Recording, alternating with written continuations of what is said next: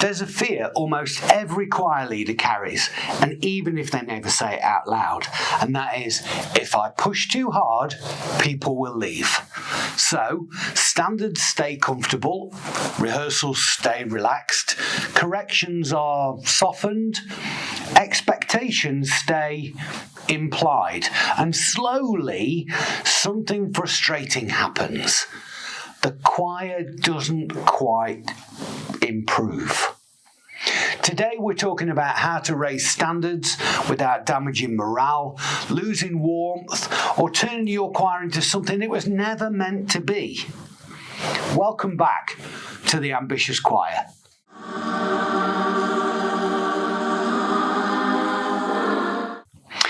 Okay, so part one, the false choice.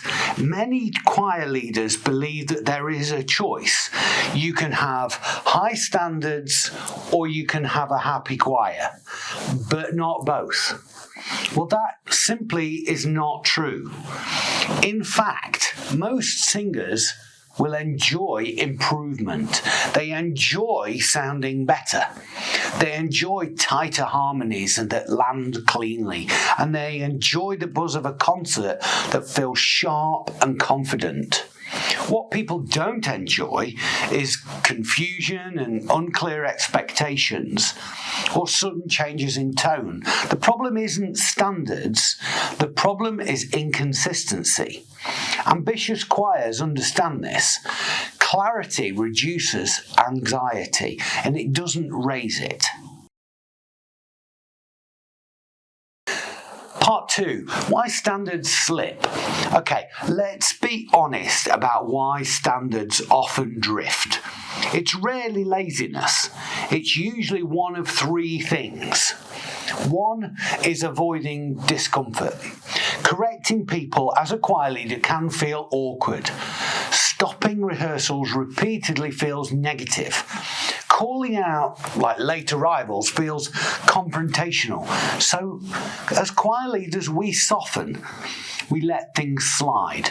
But every compromise that we do compounds. The second one is fear of losing members.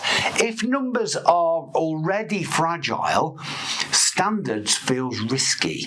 You think, we can't afford to upset anyone. But here's the truth. Low standards also costs members. Strong singers just get bored. Committed members get frustrated and energy drops, so they leave. And the third thing is a lack of defined expectations. If you've never clearly stated attendance expectation, preparation expectations, rehearsal behaviour standards, then enforcing them later feels unfair. Ambitious choirs don't assume expectations, they articulate them. Okay, so let's start thinking about the standard setting framework. Let me give you a really simple framework for raising standards safely. I call it EMR. Explain, model, and reinforce. Step one, let me explain the why. Before you raise anything, explain why you're raising it. For example, I'd like us to tighten cut-offs because it will make our sound cleaner and more confident. Or, okay, I'm going to be more consistent about starting at 7:30 sharp so we make the most of our rehearsal time. When singers understand the purpose, resistance drops. People support what they understand. Step two in the EMR is model consistency. Standards fail when leaders apply them inconsistently. If punctuality matters, start on time. If preparation matters, gently address the lack of preparation. And if focus matters, protect rehearsal flow. Kindly, calmly, consistently. Consistency builds credibility. And the third step, reinforce, is reinforcing positively. This is where many leaders miss a trick. When something improves, name it. That cut-off was excellent. Altos, that vowel alignment was really clean. That focus in the last run-through made a huge difference. Reinforcement builds momentum. Standards shouldn't feel like constant correction. They should feel like visible progress. Part 4, raising musical standards specifically. Let's get practical with musical standards. Here are 4 areas where small shifts create big improvements. Okay, number 1, starting and ending rehearsals strong. Energy at the start sets the tone for the rehearsal. If rehearsals drift in casually, it rarely sharpens later. Open with focus, warm up with intention, and signal to the choir, this matters. Number 2, reducing talking during rehearsal. This is a big one. Side conversations kill momentum. Instead of snapping, pause, wait. Silence is really powerful. And then calmly continue. You're signalling the expectation without any confrontation.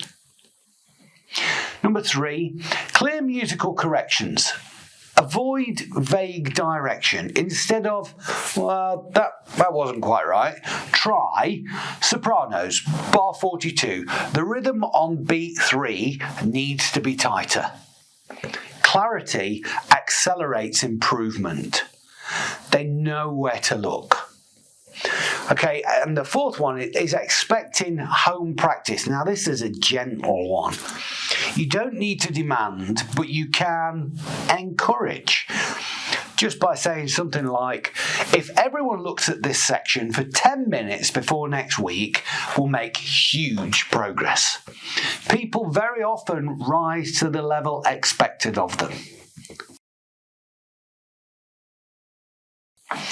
Part 5, protecting morale whilst raising standards. Okay, let's talk about culture. Because standards without warmth feels harsh, and warmth without standards feels chaotic. Here's how you balance it. Smile often, use humour, and celebrate progress publicly. Keep corrections about behaviour, not personality, and separate people from performance.